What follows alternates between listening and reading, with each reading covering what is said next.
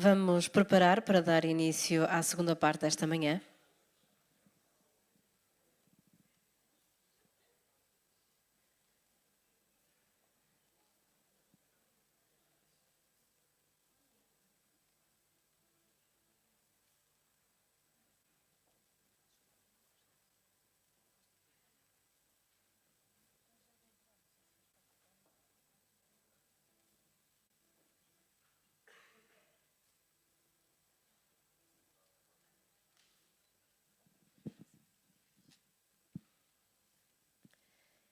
De regresso à ordem de trabalhos, vamos ter o painel 1, subordinado ao tema Desenvolvimento Tecnológico e Inovação nos Destinos de Enoturismo. Este painel vai ter como moderadora Bebiana Monteiro, professora na Escola Superior de Hotelaria e Turismo do Instituto Politécnico do Porto. Para além da moderadora, chamo ao palco os elementos que constituem este painel: Vânia Vigolo, de Verona, Itália; Bernd Westler, de Mainz, Alemanha; e Javier Gorria, de Bilbao, Espanha.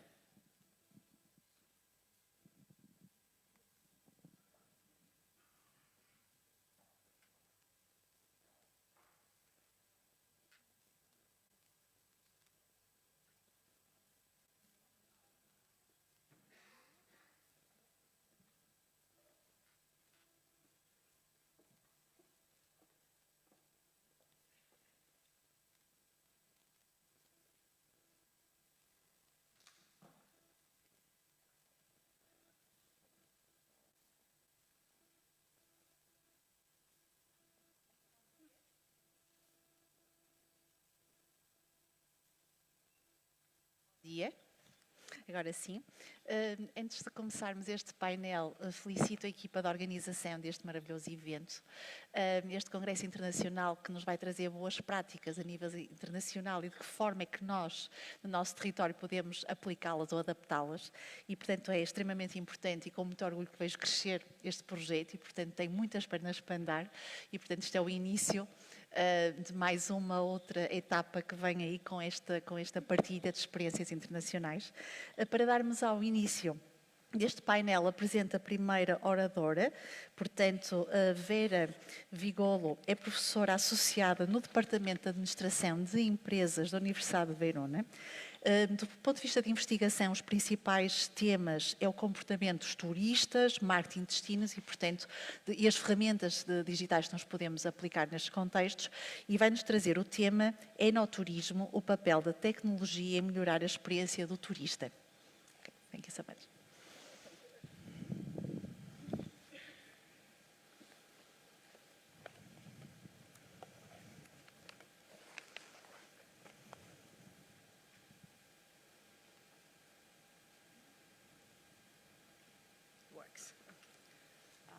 Bon dia.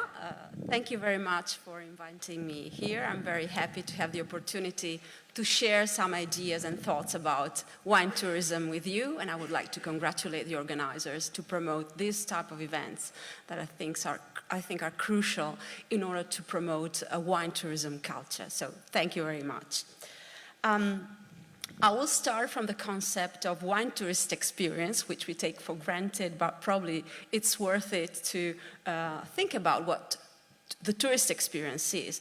And then I will try to see how the technology can help enhance the wine tourist experience. And finally, I will trace some practical implications, some managerial and marketing implications for tourist destinations.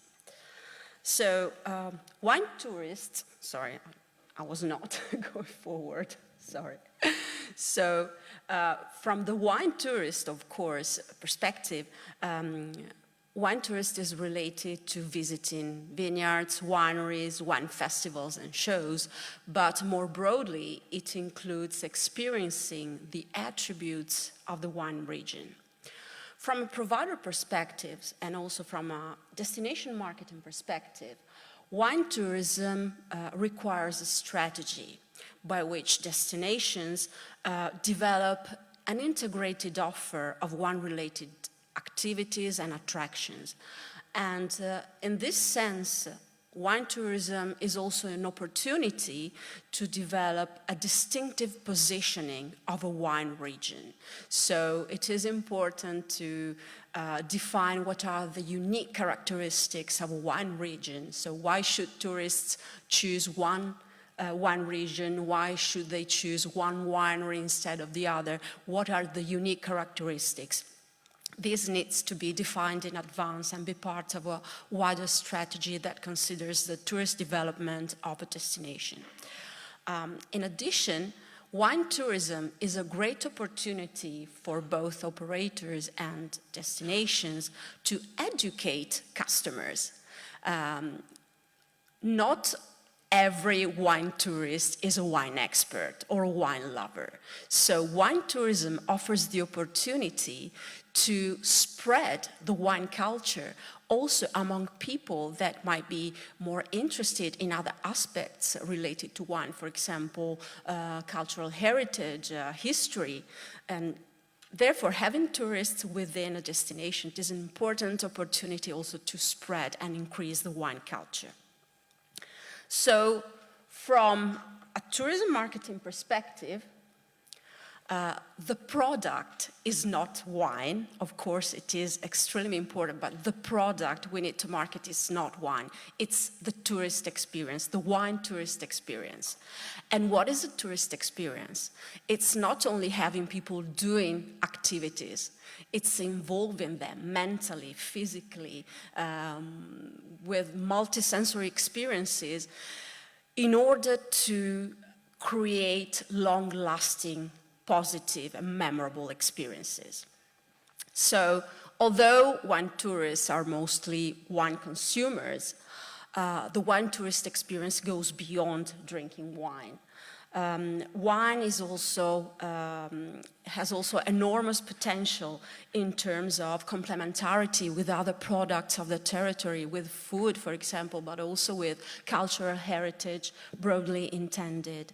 So wine tourism offers multisensory experiences, which include the landscape, the cultural heritage, besides the enjoyment of the taste of wine. And it is important to offer experiences that are authentic, that are embedded in the local culture, in the local identity of the place. The ancient Romans talked about the genius loci, the spirit of a place. So each place has a profound identity, a spirit, an essence that needs to be the starting point for building tourism experiences, because that's what makes each destination unique.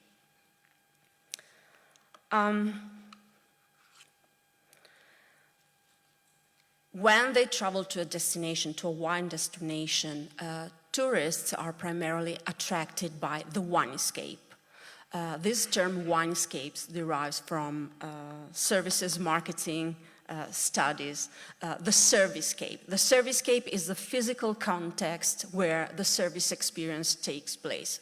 So the winescape is the physical context, including people, where the wine experience takes place. So in this sense, of course, fundamental elements of the winescape include the presence of vineyards, winemaking activities, and wineries. But the winescape also includes, as I said, people, the local cultural heritage, towns, their architecture, artifacts. That's what makes a destination unique. So if the wine consumer is mostly focused on drinking wine, going to wineries and vineyards, the wine tourist expects something more from a destination in terms of experiences they can have. And if it's good to have people going to wineries, for example, just for one day, for a daily visit, it's even better from a destination marketing perspective to have tourists. According to the World Tourism Organization, tourists are people that sleep at the destination at least for one night. So people having the time to spend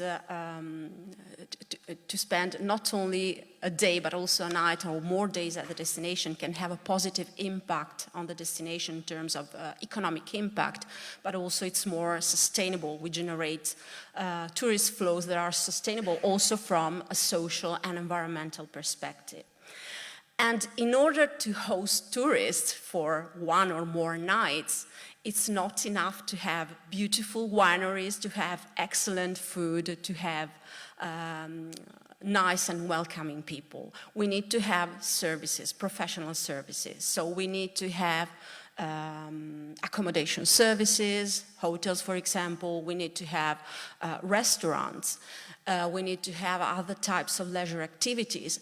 And people working in these services need to be trained and need to be prepared to welcome the wine tourist, because it's a particular type of tourist, very demanding, with high expectations regarding all that the destination has to offer, not only regarding wine, but more broadly regarding the culture and the history of the destination. So,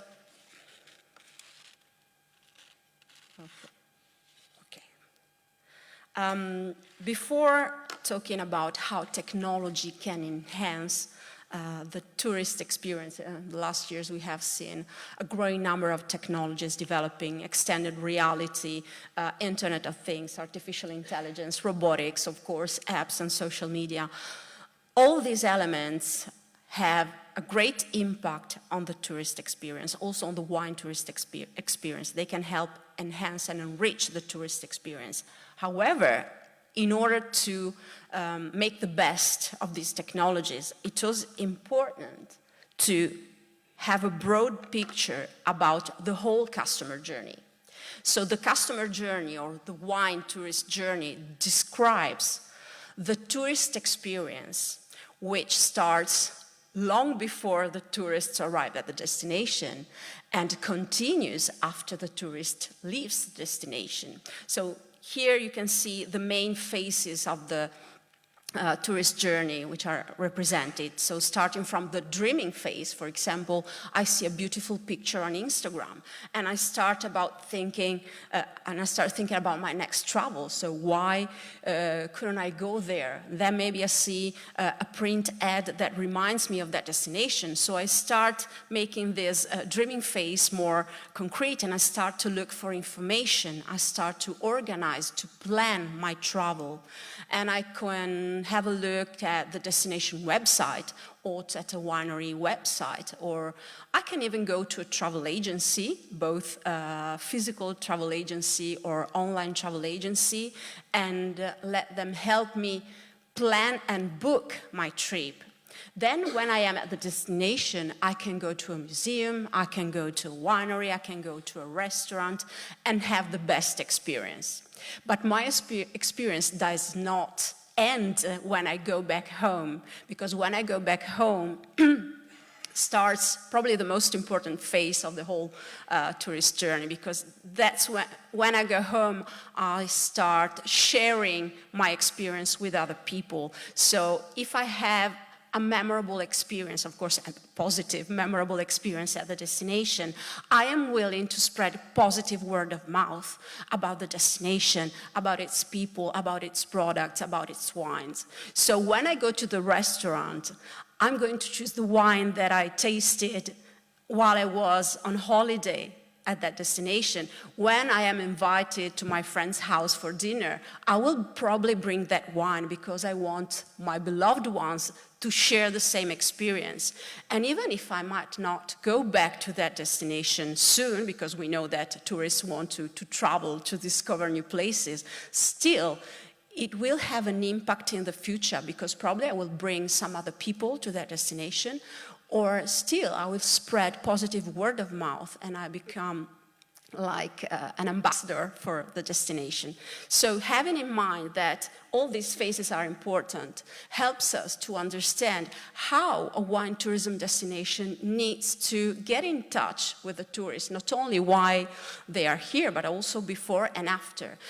And during this customer journey, this tourist journey, tourists interact with several touch points that can be both digital and physical touch points. So I have the website, I have the app, but I also have the museum, the winery.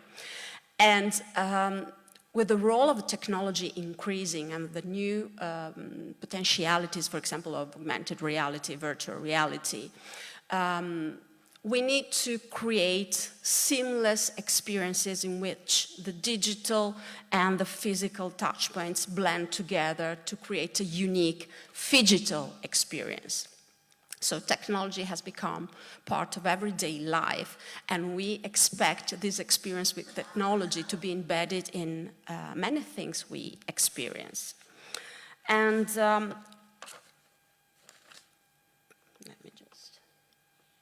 this is just to give you an idea of how the internet and different platforms and channels can be used by tourists to plan and organize their travels. Here we see, of course, online search engines.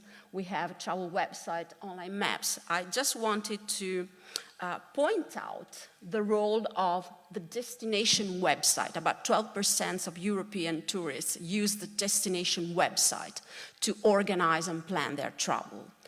This is important because even though maybe every single operator company does not have the capacity, the potential to have a fully updated and interactive website. If we make like a critical mass, I don't know how to say that in English, if it does make sense for you, if you join efforts together and we create, for example, a website, a destination website that is effective in promoting all the different operators, all the different experiences, and that are relevant for wine tourists, that is an important boost for wine tourism. So joining efforts is crucial if we want to be visible on the web, because internet is great, it's fantastic, but it's very difficult to be found, to be visible, to have a significant presence online when tourists look for information.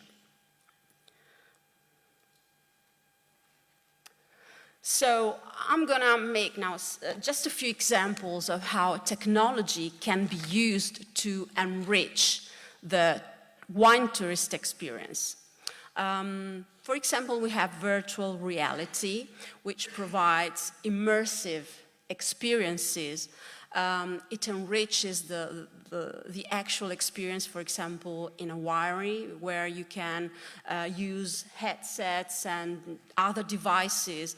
And, for example, you can experience the harvest, even if it's not the harvest season, because you are immersed in this virtual reality that recreates specific moments that are important in a winery. Virtual reality also has the potential to stimulate the senses.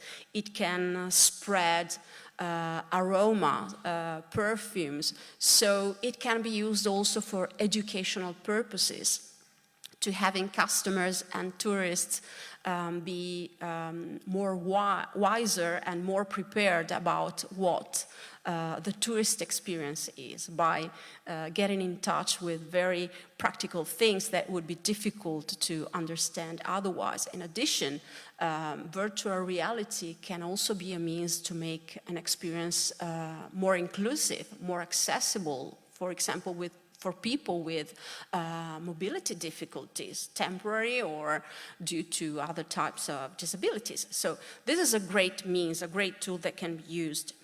And this is an example of an Italian wine estate that uses virtual reality to have their guests try the harvest experience. So they use these devices, they are immersed in the field, and then they conclude their visit in the cellar and they have a wine tasting. So again, technology is embedded in a physical experience, and it should be like a tool to improve the experience rather than an experience itself. This is another example of an interesting museum, il Tempio del Brunello in Tuscany, where they use immersive technologies, not only virtual reality, but also augmented reality, to have tourists get to know the history of the wine, and get to know the villas, the castle that belong to that region. So they propose different virtual itineraries, but also physical itineraries where people can interact with their phone technology and some digital touch points to get a richer experience. So augmented reality is less immersive than virtual reality, but still it has great potential. With augmented reality, you overlay the digital content onto physical objects. A typical example of the use of augmented reality in wine tourism, for example, is creating some augmented reality labels on wine bottles. So a thing that is usually informative but static becomes a dynamic tools through which tourists can be informed about the production process or about the region where that wine is produced. The Internet of Things has also been increasing its potentialities in recent years. It can be used also by producers in vineyards, for example, to monitor soil and water conditions in order to improve the water use, or it can be combined with other technologies such as satellite data to monitor in real time the key environmental factors for the harvest, so it can help producers in this sense. But it can also be used, of course, in combination with augmented reality or virtual reality to improve the customer experience. And here you can find other two examples from Italy. The first one is an app developed in Sardinia. Sardinia is usually known for its beautiful sea, but it has more to offer. So they developed this app in order to promote the local wine, but also to promote the internal regions, which are less known by tourists than the seaside, of course. And the other app, the Montalcino Gold app, is another app that can be combined with internet, which combines Internet of Things, augmented reality, always with the aim to promote the wine region broadly intended, and not only the wine and its producers. So augmented reality, Internet of Things, virtual reality are all means that can be used to customize the experience, to make the experience more interactive and more engaging. I'm also thinking about young consumers, which are much more used than older consumers in using technology, and they expect to use technology, they're used to it. So in this sense, it's always important to segment the wine tourist market, because we can find different tourist profiles that have different needs and want to interact differently with technology. So it should always be an opportunity, something that is added to the experience, but not something that represents the whole experience. In recent years, we have also heard a lot about the potential of artificial intelligence. You go on ChatGPT and you ask it to create a tour, an experience, and it's incredible the type of content that's being produced. But are we sure that that type of content is really unique and customized to the tourists' preferences and needs? This is an example of the application of artificial intelligence in the wine industry. This is a 3D virtual sommelier, so you can use your app wherever you are. You can ask this virtual sommelier to give you suggestions about what wines you can drink, how you can match the wine with the food, and you interact virtually with this person. And robotics is another frontier that is going to be implemented increasingly in the hospitality and tourism sector. We have robots serving tables, welcoming guests in certain hotels, and this is an example of a robot that can serve wine. It dances while people drink, and it can be customized in order to match the winery or the bar aesthetic. So trying to sum up, technology is undoubtedly a great tool to enhance the white tourist experience. It can provide more interactive, personalized, multisensory and engaging experiences, and this can be particularly effective for a certain type of tourists. It can be used also for promotion purposes and to keep in touch with the tourist after the actual visit at the destination has ended. So it really has some great potential. But as we have seen from the examples before, technology is not enough to innovate. Sometimes very simple ideas like the bird watching from the terrace or the ancient trains used as restaurants, those are examples of innovation that do not include technology. So technology is certainly important, but it needs to be embedded within a broader concept of innovation as well. And last but not least, technology can help operators and destination to gather information about customers, about their preferences, about their activities, about their movements within the destination. So it is really, we cannot ignore the potentialities of technology. However, is it sufficient to use technology to make a wine tourist experience unique and memorable? Of course not. So, in order to develop wine tourism within a destination, or a destination management and a destination marketing perspective is needed. We need a vision for the future. The destination needs to decide what positioning it's going to develop in the next year. So what do we want to become when we grow older? How do we want to position ourselves in the market? There is a fierce competition in tourism, not only in wine tourism. So it is important to create a distinctive positioning that needs to move from what is the deep identity of a place. And before starting to create any product, you need to know your customer. This is basic marketing, I know, but please forgive me. You need to know your customer, you need to know your tourist. And maybe you don't want to attract any type of wine tourists. You want to attract specific types of wine tourists so that you can develop your product strategy, your promotion strategy in order to be attractive and appealing for that specific type of customer.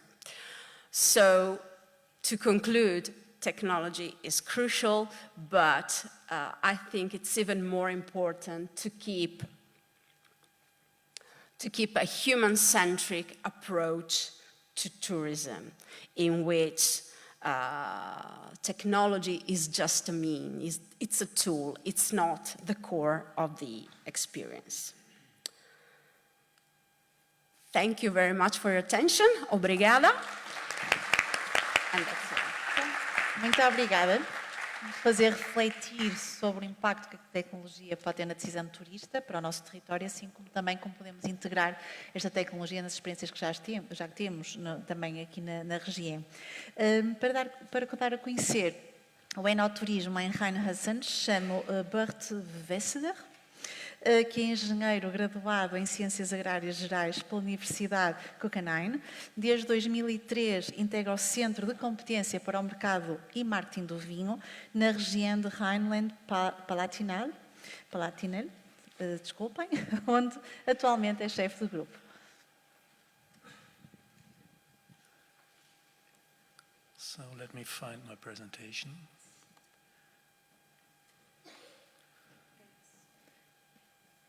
It's there.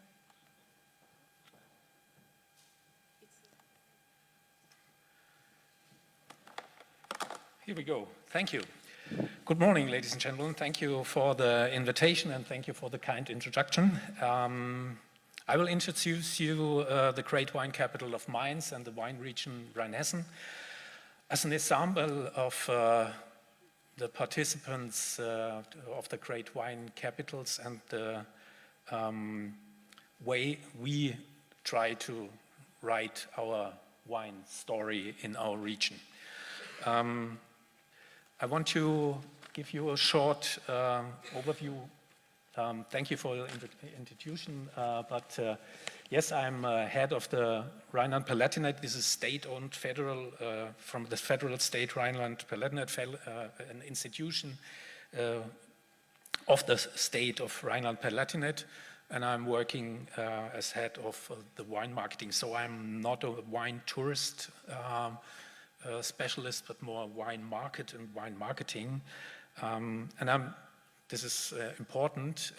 I grew up in a mixed farm in Westhofen. This is in the part near the the city of Worms. My father did this mixed farm, and now my little sister, we hear about her later, is doing the business there. Only wine, just winery, and I will use her as an example, as I told my colleagues yesterday at the dinner. Yeah, so we'll see. I read in your announcement of the conference what your goals are, and I think there are some similarities to the Rhine-Hessen regions. Yeah? You want to raise the profile of the DOURO and TÄMEGA regions and to confirm them as a wine tourism territory of excellence, benefiting from the proximity to Porto. I will approach this topic less from the technical side, but more from the market and the wine consumer side. But I think there are some similarities between these two regions. And it's not only the wine swing or the landscape swing. I see it on your app that you have a similar one. This is one in Rhine-Hessen, and this is one in your region. But there are some historic and other parallels which I like to mention. First of all, I want to give you some tourism figures about the region of Rhine-Hessen. I have to click it here too. We have, sorry, too far. The tourism turnover in the last year reached, in the first time, they reached the billion mark.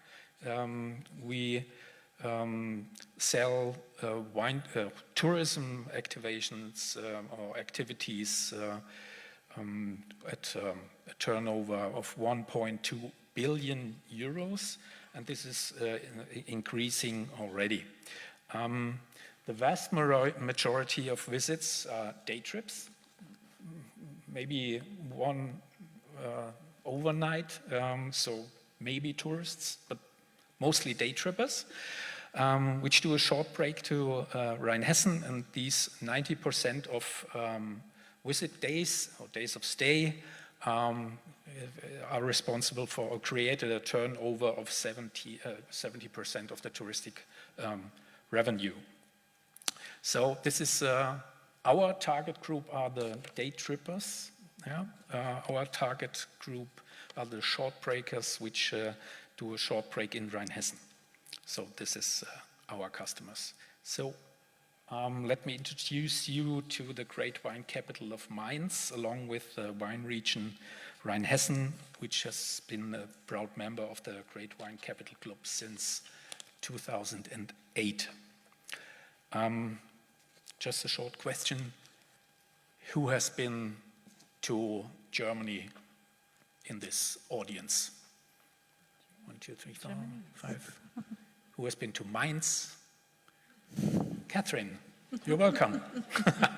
So, okay, I have to introduce it a little bit. Yeah? If you think about Mainz, it's the capital of the federal state Rhineland-Palatinate. It has a big, famous university. Mainz is home of the public television station, the ZDF, and is home of Mainz 05, which is a football club playing in the Bundesliga.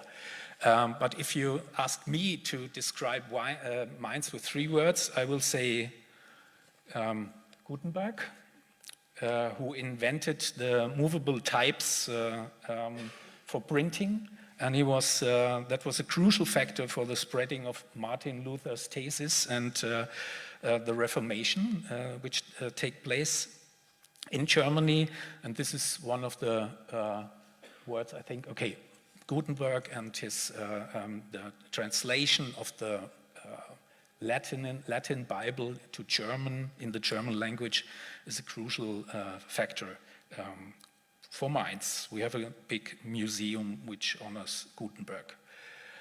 The other thing would be Carnival. Mainz is one of the three main capitals or centers of Carnival in Germany, alongside with Cologne and Düsseldorf. It's a very typical type of carnival, political, not only fun, it has a little bit of satire in it. And of course, the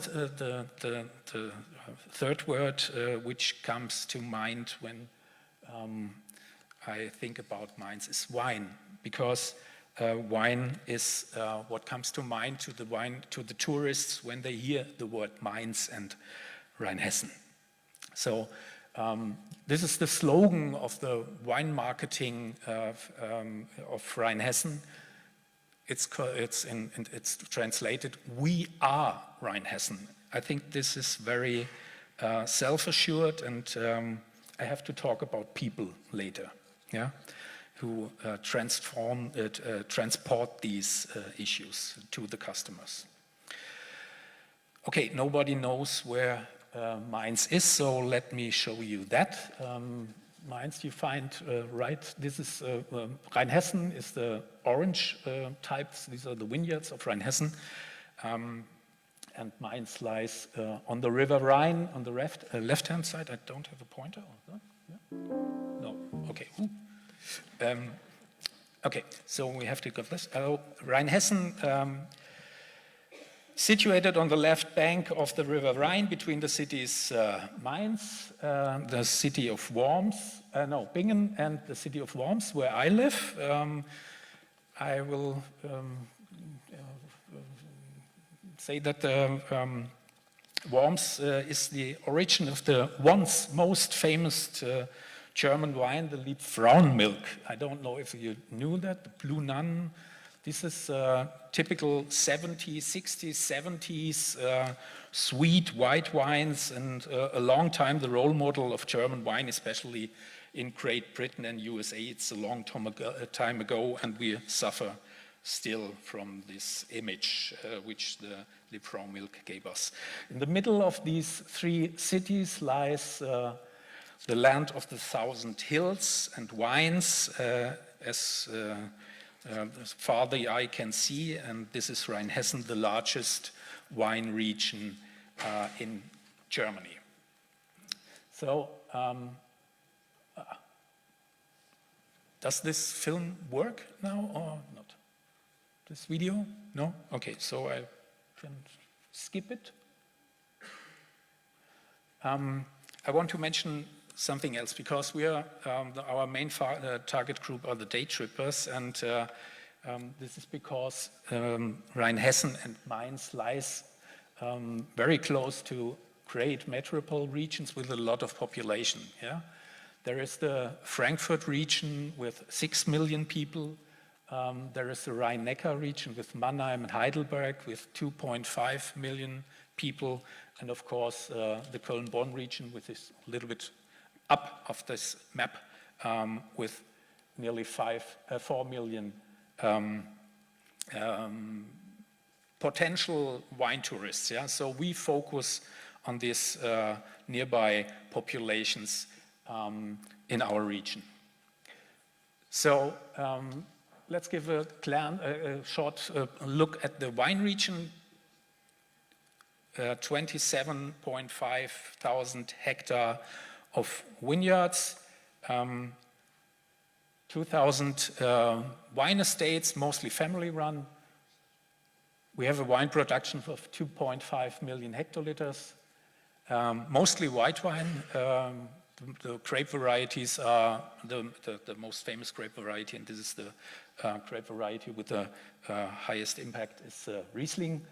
And the sales go about over 70% about commercial wineries, which buy grapes or must or maybe wine in bulk bottle them and sell them on the market, mostly on the big retailers.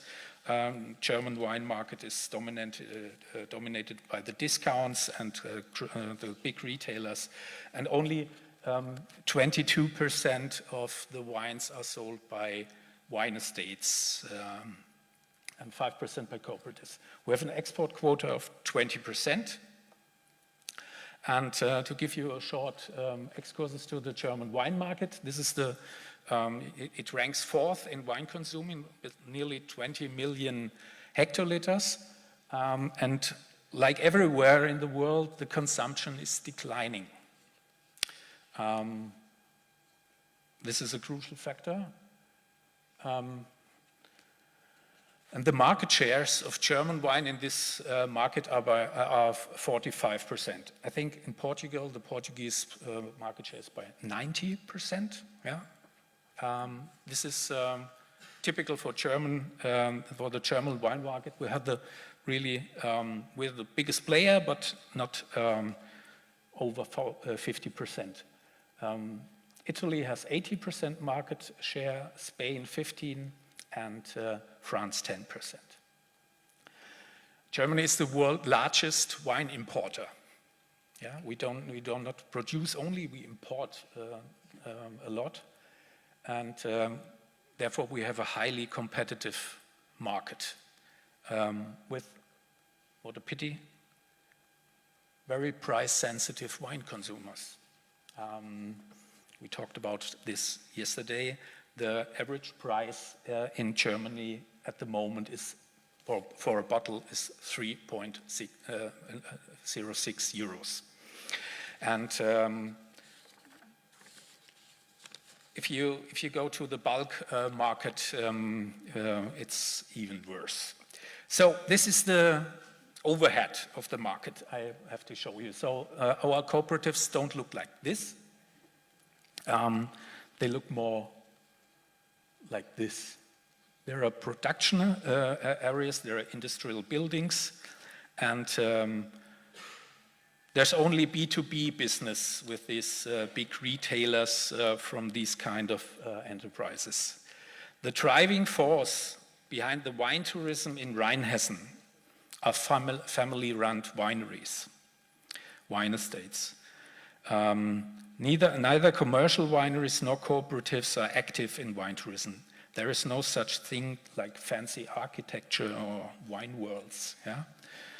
Unfortunately, we don't have a wine route in Rheinhessen like in Palatinate, where the Deutsche Weinstraße, the German wine route, which has existed since 1935, has written a success story. But our strengths are the people, the vintners. And there are a lot of individual offers from the wine estate, of the family-owned wine estates. Some are bigger, like Weingut Mainz, which received the Great Wine Capital Award last year, or this year, for its special architecture with the special wines and his special winemakers. You have to know him, the right one. This is Eric. He's a very special winemaker, and he shares his passion with us.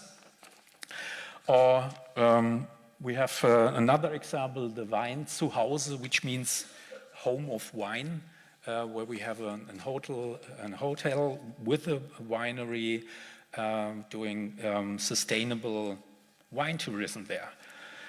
There's a lot to discover in Rheinhessen, and there are a lot of small places,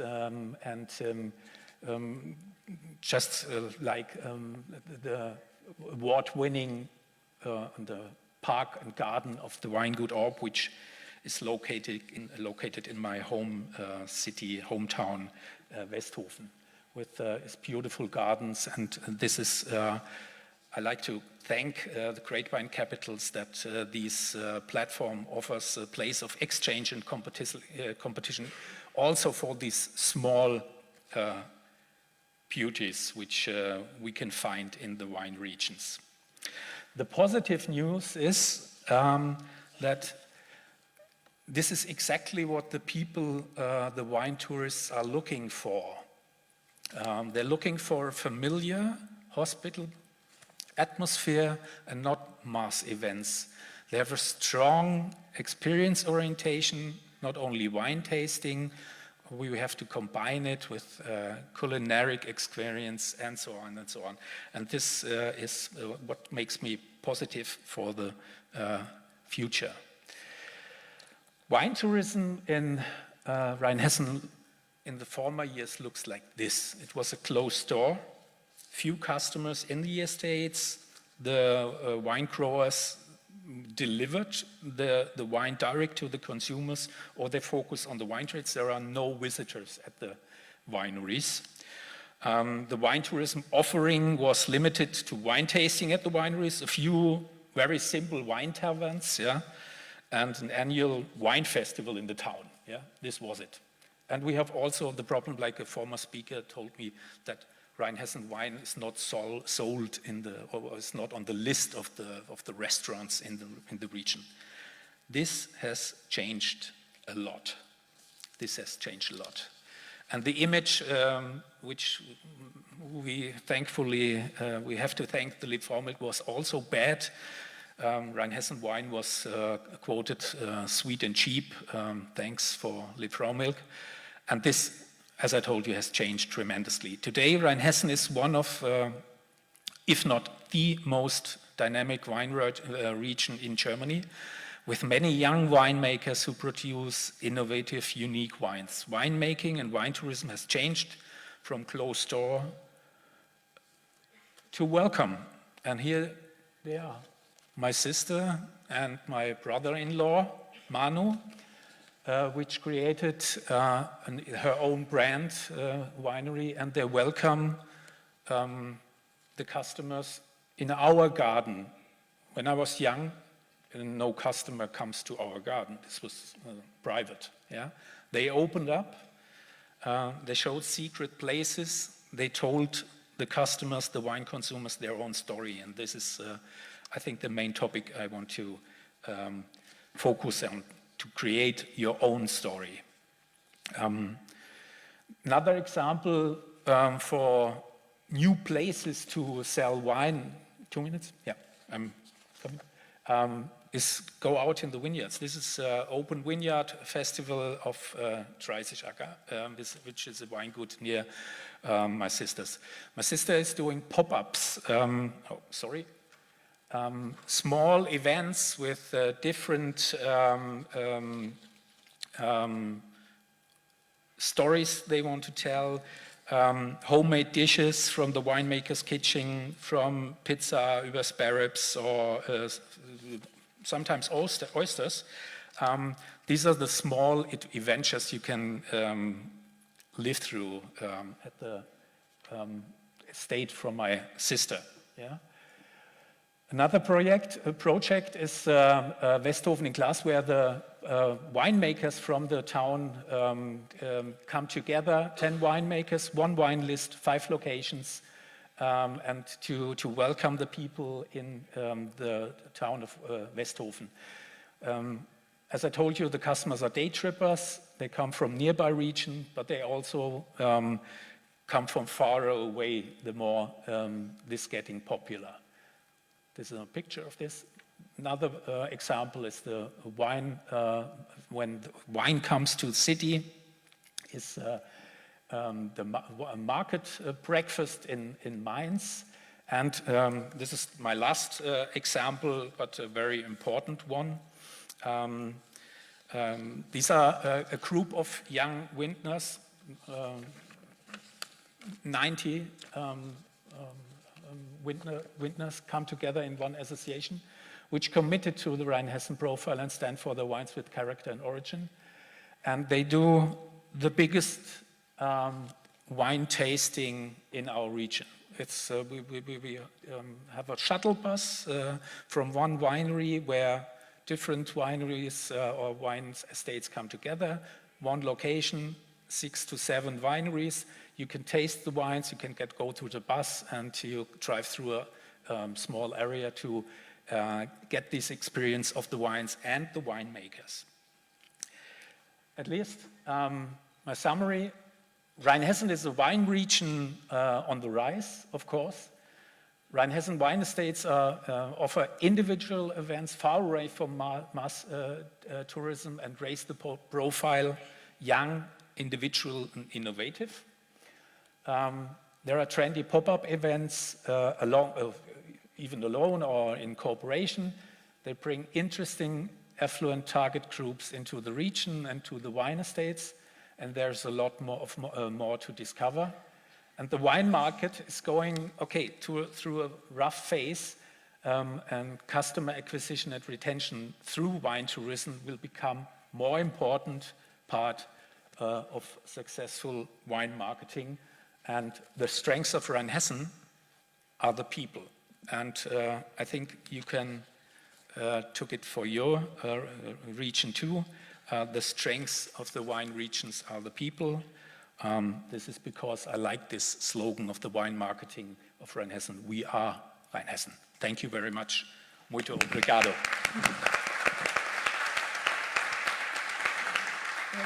Muito obrigada por esta maravilhosa viagem, pela região e pela excelente partilha. Não é? Lembrar que também temos muitos desafios na nossa região e nós também podemos dizer que we are Verde Sentido, não é? Portanto, também podíamos.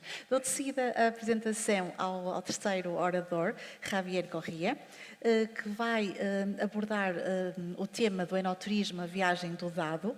É licenciado em Administração de Empresas, CEO do Grupo Jeep, que opera em 3 áreas de negócio integradas: gestão de serviços, internet e mobile, com desenvolvimento próprios e digitalização da indústria, do vinho e do enoturismo.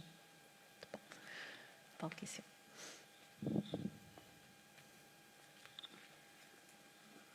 Well.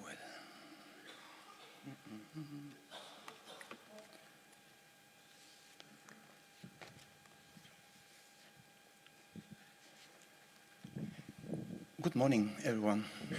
My name is Javier. I came from Rioja, from Logroño. You know, I think everybody knows Rioja, no? The best wine in the world.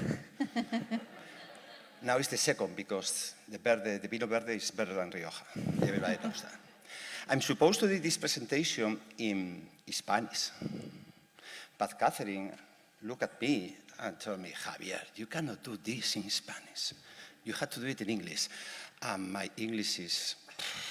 So I'm going to say sorry to the translators because I don't know if they're going to understand me. I hope you. But I'm going to try to do my presentation in Spanish and English, both, because there is some ideas I have in my head that I can only say in Spanish, because in Spanish we're very different. We are. Portugal and Spain are very close. And before I came here, I thought that if I do it in Spanish and Portuguese are similar. But I heard you today speaking in Portuguese, and I didn't understand absolutely nothing. So if I speak in Spanish, probably you won't understand me absolutely nothing as well. So I'm going to try to do it in English and in Spanish. That's the first thing. Second, we're going to play a game, because I saw you, most of you were almost sleeping. No, I'm kidding. We're going to play a game, because what we do in our company, because we're a developer company, I'm going to tell you a little story about us, is where we develop tools where wineries, restaurants, or any kind of company can get data from the clients. But we don't want to get data for a client just writing an email or signing in a newsletter, because at the end, you are not going to get nothing from them. We play games, and we develop tools so you can get data that you can use to communicate your clients the right way. And the right way is, if I like white wines, please send me information about white wines. Don't send me information about ham, because I don't like ham. And you can know if I like white wines, if I like red wines, if I like Vino Verde, or whatever I like. So, if I go with this, hola, that's the first one. So, who are we? We started in 2001. We have 23 years old. This is a company that we create with my brother and myself. The name of the company is very special because, like you can see, it's GIG. That it means Javier, Ignacio, that's my brother's name, Gurria, this is our last name. So we didn't think absolutely nothing, but this is our name. And the Torre.com is the firm we create to develop winery tools. And right now we're working with more than 100 wineries in almost 2 countries, Spain and Argentina. Sorry about that. Every second, think about this, every second we get a reservation in our platform. So think about how many information and how many things I can tell you about wine experience, about how the customers think about when they make a reservation, etc., etc. The data journey is the name of my conference. It's because I'm going to try to explain you how simple data, that I like wine or I like red wine, it could be useful for you. But instead of that, normally when they make a reservation in your winery, you ask for the postal code, you ask for the city, you ask if I have a cousin or I have an aunt. And at the truth, the only thing we need is information that we can use. The only thing that all of you have in common today is that all of you bring the mobile. It's true? Is anyone here that doesn't have a mobile?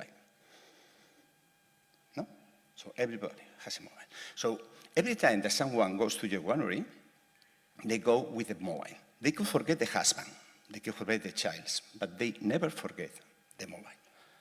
So I don't care about this, I don't care about this, I don't care about this right now. I need all your mobiles, please. I don't care about this, but I care about this. So I need you to get your mobile. It's a game. If it doesn't work, we're going to have lunch before you think.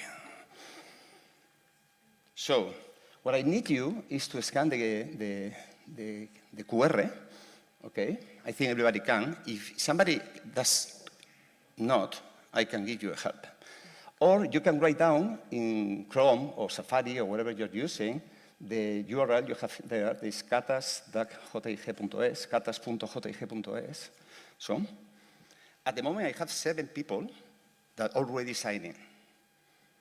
We didn't install any app. We didn't do absolutely anything. The only thing we did is a QR. Let's see how I see it. I'm in the winery. There is 20 people with me.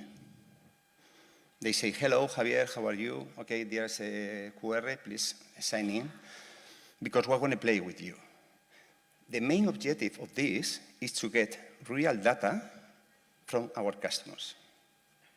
At the end, probably if we want to, we won't give you a prize, we won't give you whatever. But the main course and the main thing is to get information on our clients. Everything you're going to answer, you're going to see it in your mobile. I'm going to be here, and the only thing I'm going to do, we are 35 people. Come on. The last one, please. You have a mobile? No, one. Okay. 35 people, okay? 42. Come on, I want to get to 50. We are 50 here. Come on, please. If I don't get 50 emails, my brother is going to kill me. And he's watching me right now. 45. Okay. Think about the next idea I have in my head. In data journey, every winery, every restaurant is different. You have to work, not with tools that everybody knows. We don't compete against Excel or MailChimp or Salesforce. We don't do that. What we have to do is to show our customers what we are. And the way to do it is to show them tools that are developed for you and for them. I think we said in the conference today. 52 people, I see enough for me, 52 emails. How much money you pay for each one of these emails? When you go to internet, when you go to Levi's, you go to whatever store online, you get a pop-up and they tell you, give me your email and I give you 10% discount. So they pay you for your email. They pay you for your data. But how much money do you want to pay the people who's visiting your winery? The most difficult thing you're going to find if you have a winery, I'm going to talk about wineries because it's winery tourism, okay? Is to get people into the winery. That's so difficult because when you look in Google, I did it before I came. Say, visit wineries in Amarante. And I have so many information before I found the first winery that it's very, very difficult to find one. So just think about the person who is in your winery. You have to give him a big hug. Thank you for coming. I love you. And I'm going to play with you. But I'm going to play with you in a funny way. That's the way we have to do it. So 55 people are going to play with me. You have to look to your screen all the time. I'm sorry that I cannot show you here. Normally, what you have is a TV. Today we have 2 games. The last one you will see if you want to, but I hear here. So we start to begin. Thank you for coming to see Javier talking. Hope you are not sleeping. Let's have fun. Let's go. How do you describe yourself compared to wine? This question is about you. Now I hear seeing how many people is answering me. Okay, let's go. 10. I don't know, young, crianza, reserva, gran reserva. For example, if I have to answer, I will answer young. 38, 39, 40. People is thinking, I'm too old, I'm not too old. What I am, I don't know. This tool is developed for us. We didn't go to internet and we didn't go to ChatGPT to ask, please chat, can you tell me how to do this? No. Okay, 48. The next question is very important as well. 49. Come on. Okay, next question. Tell me about yourself. Do you like wine? We are in a winery. So, with this question, what I have is, if you don't like wine, when we finish, if you give me your email, I'm going to know that you don't like wine. So I'm not going to send you an email telling you, please buy my wine. So you don't like wine. Easy. Well, I drink occasionally, or maybe more. That's me. I'm no alcoholic.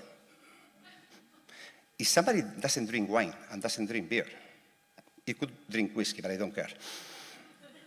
But the point is, I'm not going to send information. That's the important thing, okay? So what we have now is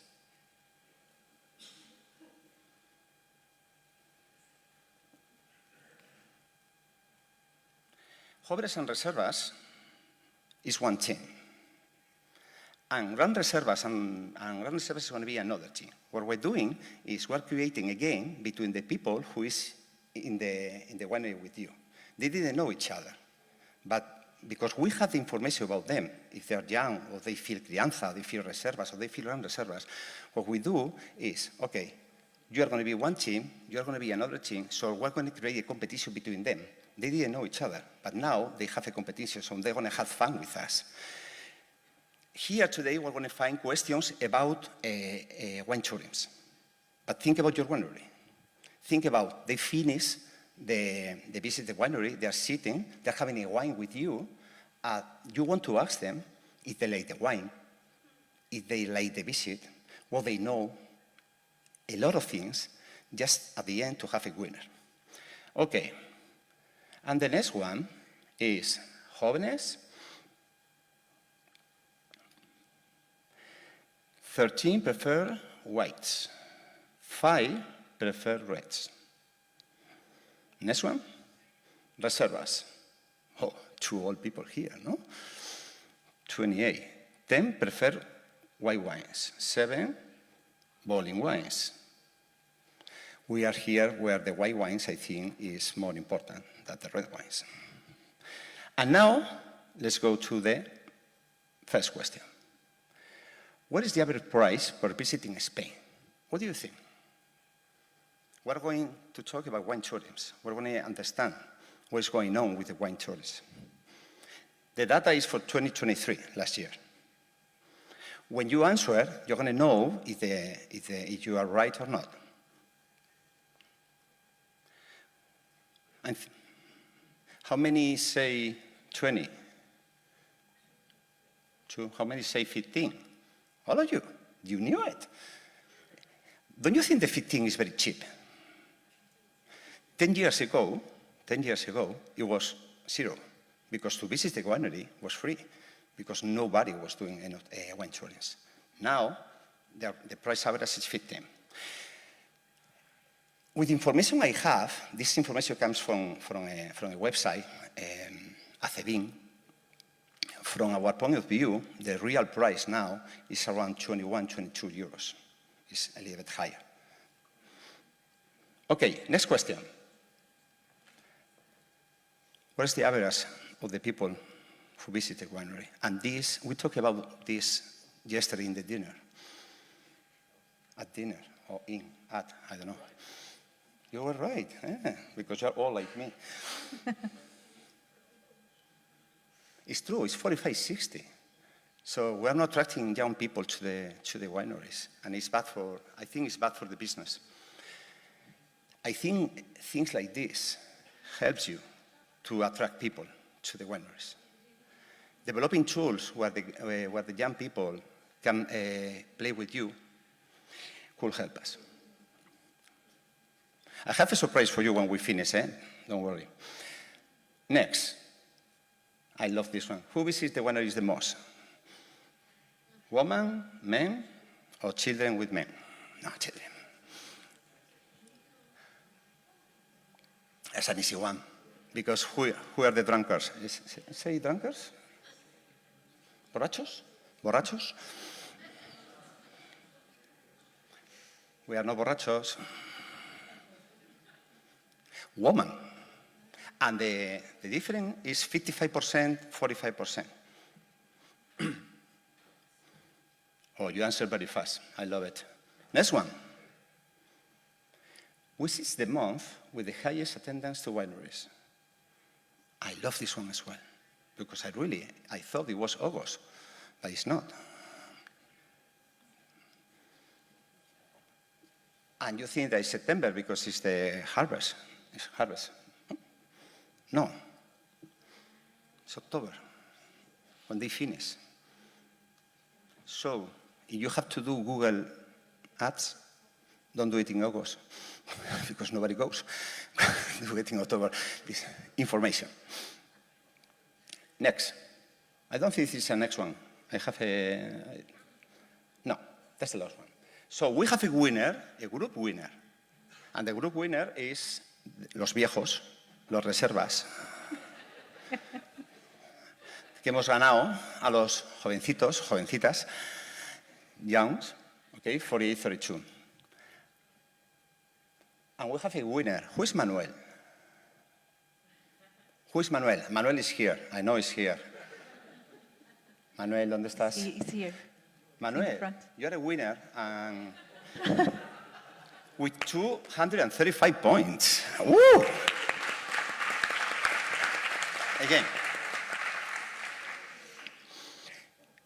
Two more important things. And here, you're going to let me come back to one of these slides.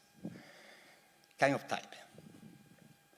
At this moment, the only information I have from you is impersonal. I know who you are. I have no clue. But I know how many people think young. I know how many people like beer. I know how many people like wine. I know how many people like red wine. A lot of information that I cannot send you an email. I cannot send you an SMS. I can't. But I know I have real information about the people who's visiting me the winery.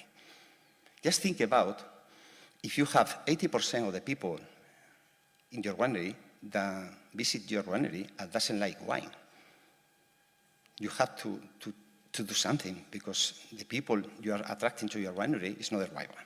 So, okay, let's go back to the mobile, and this is the most important moment. And it's because now is when you had to give me the email. When you give me the email, what you trying to is to connect all the information you gave me to your email. So I'm going to know with your email, I'm going to know if you like wine, if you don't like wine. Just to give me the email, what I offered you is a price. It could be 10% discount in your offline store. It could be 20% in your online store. It could be a bottle of wine, whatever. But you have to give something to the people who's visiting, because they're going to give you the email. And because they had fun, because they did have fun, they're going to give you the email. If the visit is boring, the people want to have a wine and leave the winery. But if the people is having fun, they're going to ask you for another one, and they're going to give you the email. All of you, I have 29, come on. I'm missing at least 19. I'm not going to send you anything, but you're going to miss the most funny thing of the game. Anyway, when I press the button, it's your last chance. The point is that after we get the email, we have good information about the people. Okay? So I'm going to press my button, and you're going to get in your screen a rasca y gana. I don't know how to say in Portuguese, rasca y gana, but like with your finger. So it's going to be one winner, okay? So now you have the rasca y gana. There's only going to be one winner. Or probably no one of you, because you are bad ones, because I'm missing 19 males. Easy. No apps, no installation, drinking wine, because we're doing this, talking, having a nice moment with us. But just think about having a glass of wine in your hand, talking with the people, getting information from them. Okay? Finish. Thank you. So, I don't know how we're going in time, but now I have personal data from you. I cannot show you what I have, but I have, if somebody wants to see it later in the lunch, I can show you the data that I got from each of you, and how we collect, and how we can send you an email today with all the information I have from you. Okay? I'm not going to do anything for you. So, to get this, the first thing we had to do is know what for. Why are you getting the data? Today I'm getting the data for nothing, just to show you that I can get data. But we need to know why. What for you want to get data? Second, how? We saw a game. But you can use, for example, you can use a booking platform. For example, why do you need to know the postal code for a guy who wants to visit you to your winery? You need it. You're not going to use it. So ask only for the information you need. For example, normally, I don't know how to say this in English, there is intolerancias alimentarias. No? If you have problem with some food, whatever. If you are not going to give food to the people who is visiting your winery, what do you ask for? And something we have to avoid, data diogenes. Everybody knows what it is. Diogenes is when we get a lot of stuff and we want to keep it. With the data, happens the same thing. We keep data, we save data, and we don't use it. Sometimes, when we do consultancy, they ask, okay, how many data do you have? Oh, I have a lot. 10,000 emails. And what do you do with them? Nothing. so you have nothing. And where do you have the emails? MailChimp, of course, because everybody have MailChimp. Or Excel.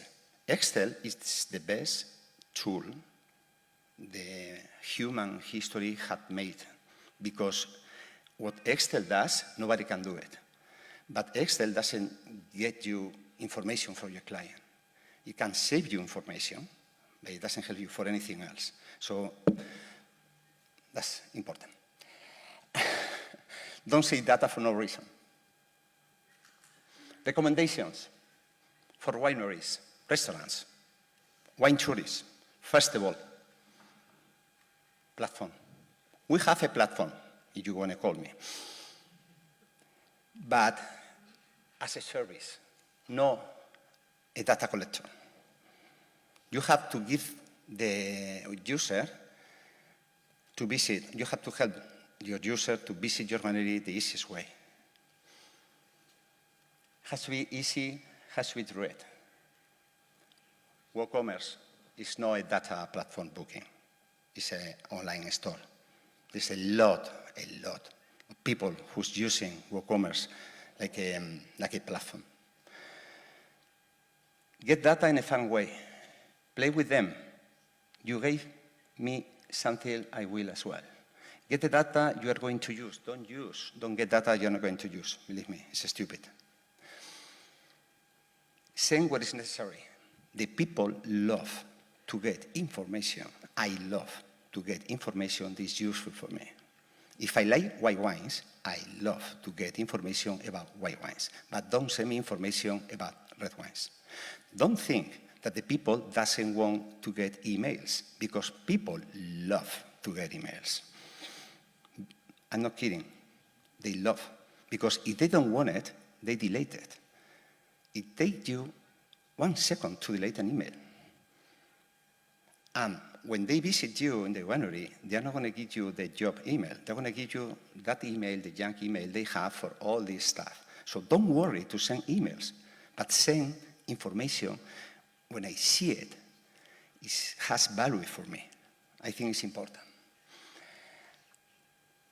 Automatiza procesos. I don't know if Google translate me that correctly, but it's automatic process. You don't have to send emails by yourself. When you play a game and you get the data for, you have personal data, you can have like 20, 30, 40 emails you can send to this person for the next 12 months if you want to. You have to think very well before you get the data what you're going to do with the data. If you do it, it's going to be great. And you don't have to do nothing. It's priceless, believe me. Send whatever you want, but personalized information. O dado è parte do processo. My Portuguese is absolutely amazing, and you know it. El dato es una parte del proceso. Es no lo más importante, it's not the most important, but it's important on the process. So, booking process, getting information from your customers. Please, we are in the 21st century. Don't give the people a piece of paper to write the email. Please. Thank you.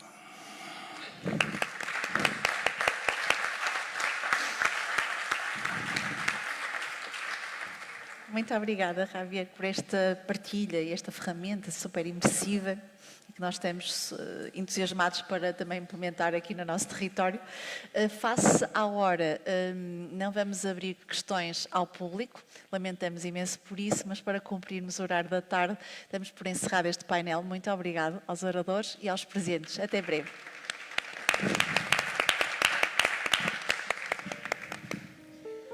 Finalizada a apresentação, agradecemos esta manhã de partilha e desejamos um delicioso almoço. Voltamos às 14h45. Até já.